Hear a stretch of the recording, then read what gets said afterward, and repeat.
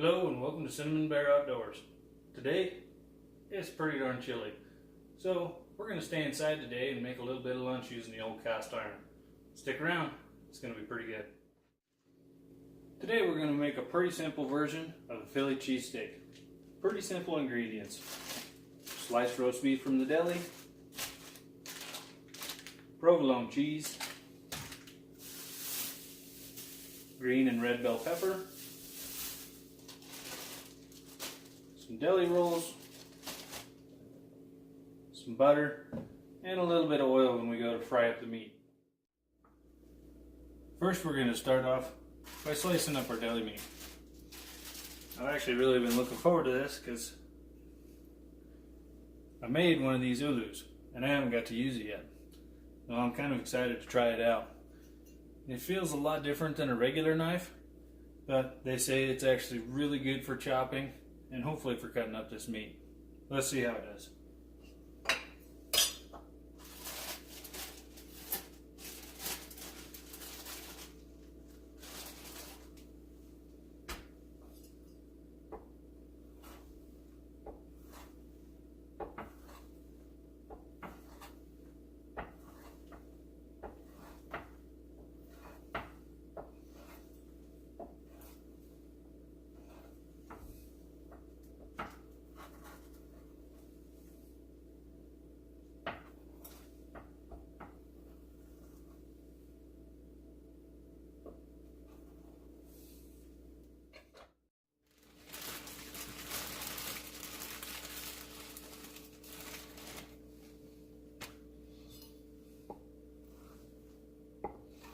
As you can see, it really doesn't take much effort at all to cut through this meat. It actually cuts pretty nice. I think I might gonna like this. You don't want to make them too small, but you don't want them too big either. I like that. Kind of a nifty little tool. The guy I work with ended up giving me a really good steel old saw blade. It was a hardenable steel, so I was able to cut this out of an old saw blade, recycle it, and the handle was actually made out of a set of antlers that I had found.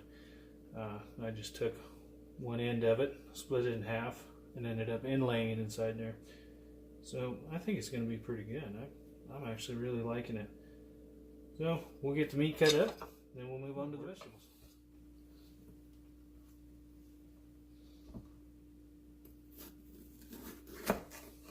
I don't know why, but man, it really went through that red bell pepper a lot easier.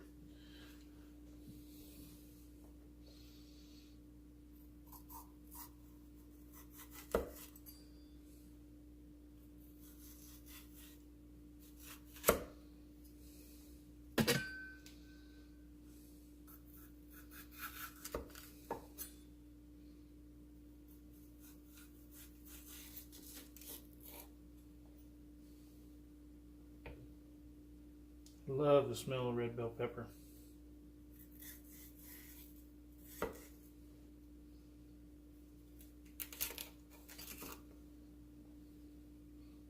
So as you can see, it actually goes through it pretty good.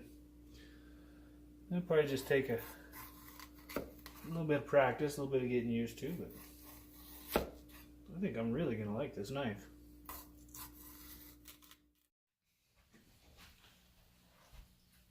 Add a little bit of oil, just enough to get everything coated.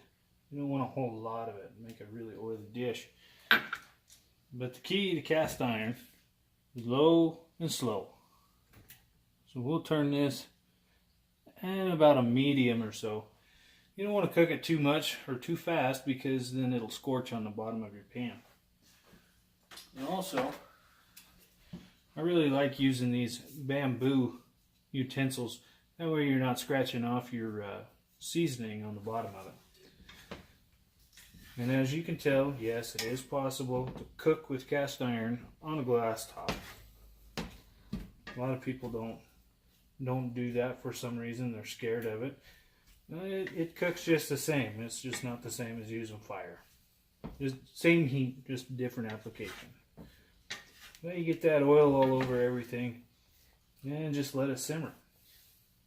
You want your vegetables to start getting a little bit soft. Your meat, it's already been pre-cooked. It's you know, just sandwich meat from the store. But man, I tell you what, when you start getting them bell peppers softened up, that flavor gets infused inside with that meat. Man, it makes for a really good sandwich. So we'll let this cook up just a little bit. We'll go from there. And I wish you guys could smell that. It is turning out real good. So, got our buns lightly toasted. Cheese is just about melted. And Sugar Dog really wants to try some. Let's get this dished out and dive on in.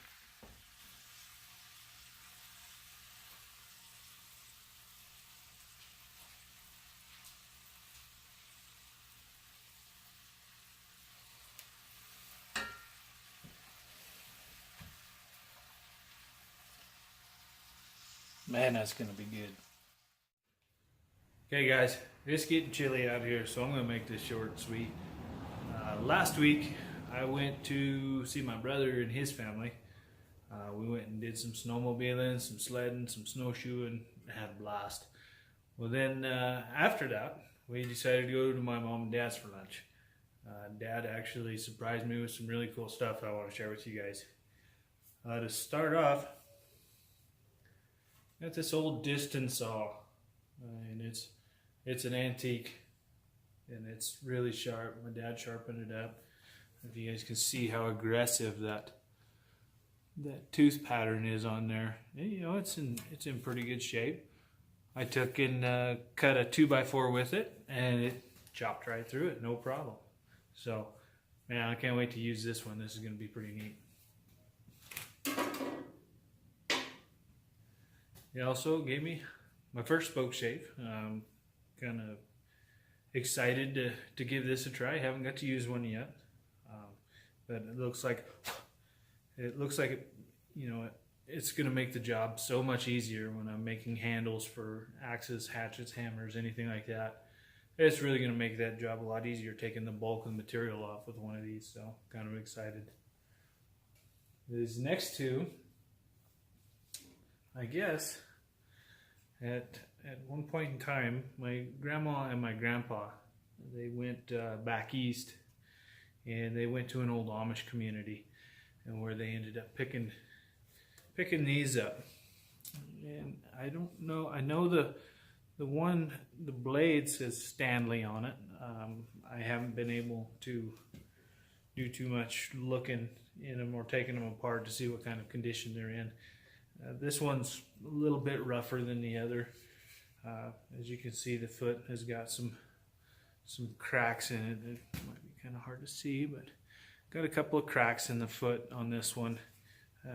This one's probably going to be just more for show.